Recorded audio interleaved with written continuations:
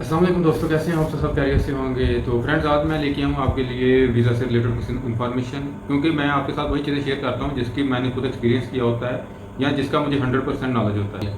इस वीडियो में मैं आपको बताऊँगा कि आप ट्रैवल हिस्ट्री के लिए कौन कौन से कंट्री में जा सकते हैं, वीज़ा फ्री कौन से कंट्री हैं जहाँ पर सिर्फ आप पासपोर्ट पर जाएंगे, लैंड करेंगे और वहाँ पर रह सकते हैं, आपकी ट्रैवल हिस्ट्री बन जाएगी। दूसरा है कि वीज़ा ऑन अराइवल होगा, जब आप उस कंट्री में लैंड करेंगे तो वहाँ पे वो आपको एक स्टिकर वीज़ा लगाएंगे या आप पे स्टंप लगा देंगे, तो आप उसके बाद उस कंट्री में जितना दिन रहना रह सकते हैं।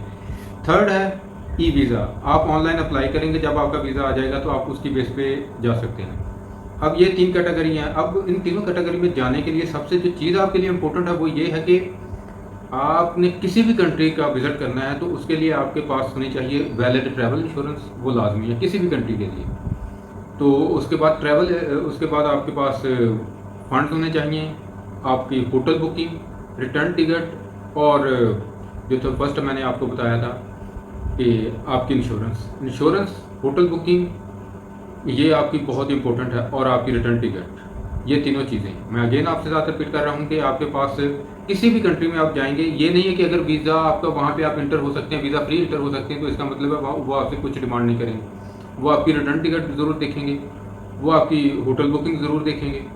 तो ये चीज़ आपकी पाकिस्तान में भी देखी जाएगी, मे भी वहाँ पे तो भी देखी जाएगी, वो लाजमी है। रिटर्न टिकट, होटल बुकिंग आपकी वो लाजम देखेंगे, और आपकी ट्रैवल इंश्योरेंस। ये तीन चीज़ें हर कंट्री के लिए ज़रूरी है, ये आप अपने माइंड में रखें।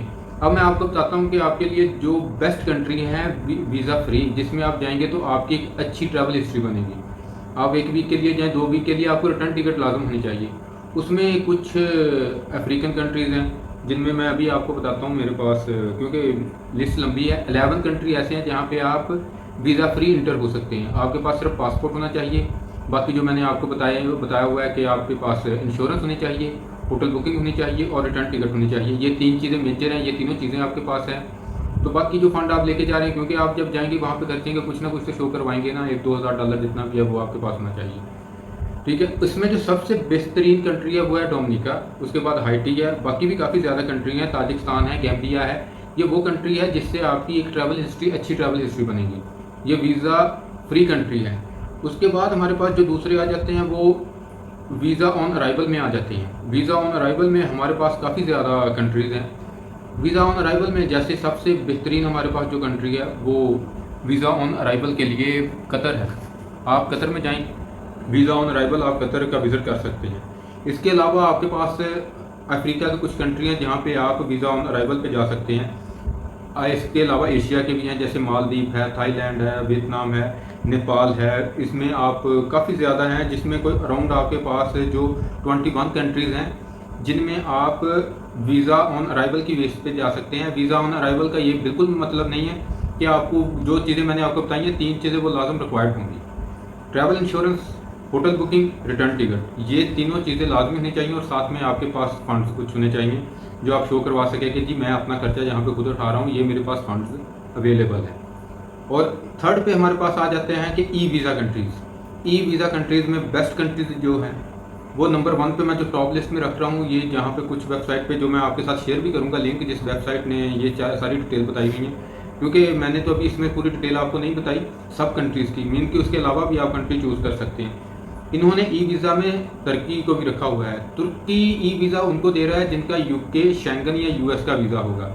1-2 और भी कंट्रीज़ हैं जो वो भी इसी तरह दे रहे हैं कि जिनका यूके का, यूएस का या शेंगन यूरोपियन स्टेट का वीज़ा होगा, उनको वो ई वीज़ा देते हैं। वो 2-3 कंट्री हैं, ज़्यादा नहीं, मगर आपके पास काफ़ी लंबी लिस्ट है, 28 कंट्री हैं जो आपको ई वीज़ा देंगे। आप यहाँ से अप्लाई करें, जैसे मोस्टली लोग जा रहे हैं कि विज़िट वीज़ा लो यार, आप यूएई का विज़िट वीज़ा ले सकते हैं, आप ओमान का, आप बहरीन का विज़िट वीज़ा ले सकते हैं, अज़रबैजान का विज़िट वीज़ा ले सकते हैं, आप जापान का विज़िट वीज़ा ले सकते हैं। अब जापान बेहतरीन कंट्री है ट्रैवल हिस्ट्री के लिए। इसके अलावा आपके पास अज़रबैजान है, बेस्ट कंट्री है आपकी ट्रैवल हिस्ट्री के लिए।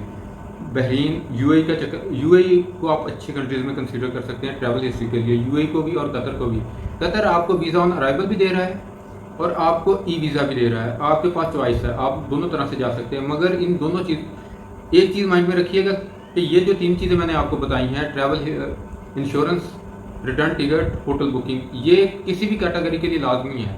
और ये हमारे लिए गनीमत है कि हमारा लास्ट जो अगर लास्ट से हम देखें तो 4th नंबर पे आता है हमारा पासपोर्ट। मगर फिर भी ये कुछ कंट्री हम पे मेहरबानी कर रहे हैं, तो हमें इसको अवेल करना चाहिए।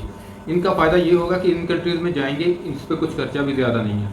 इन कंट्रीज़ का चक्कर लगाएं, आपकी ट्रैवल हिस्ट्री अच्छी बन जाएगी। उसके बाद आप किसी भी कंसल्टेंट के थ्रू बिल्कुल लाइट सी, जैसे कनाडा का है 185 में आप कर सकते हैं। न्यूजीलैंड का वीज़ा ई वीज़ा मिल रहा है, मगर मैंने उसका यहाँ पे मेंशन इसलिए नहीं किया कि उसके लिए एक अच्छी ट्रैवल हिस्ट्री आपको चाहिए और अच्छी बैंक स्टेटमेंट चाहिए।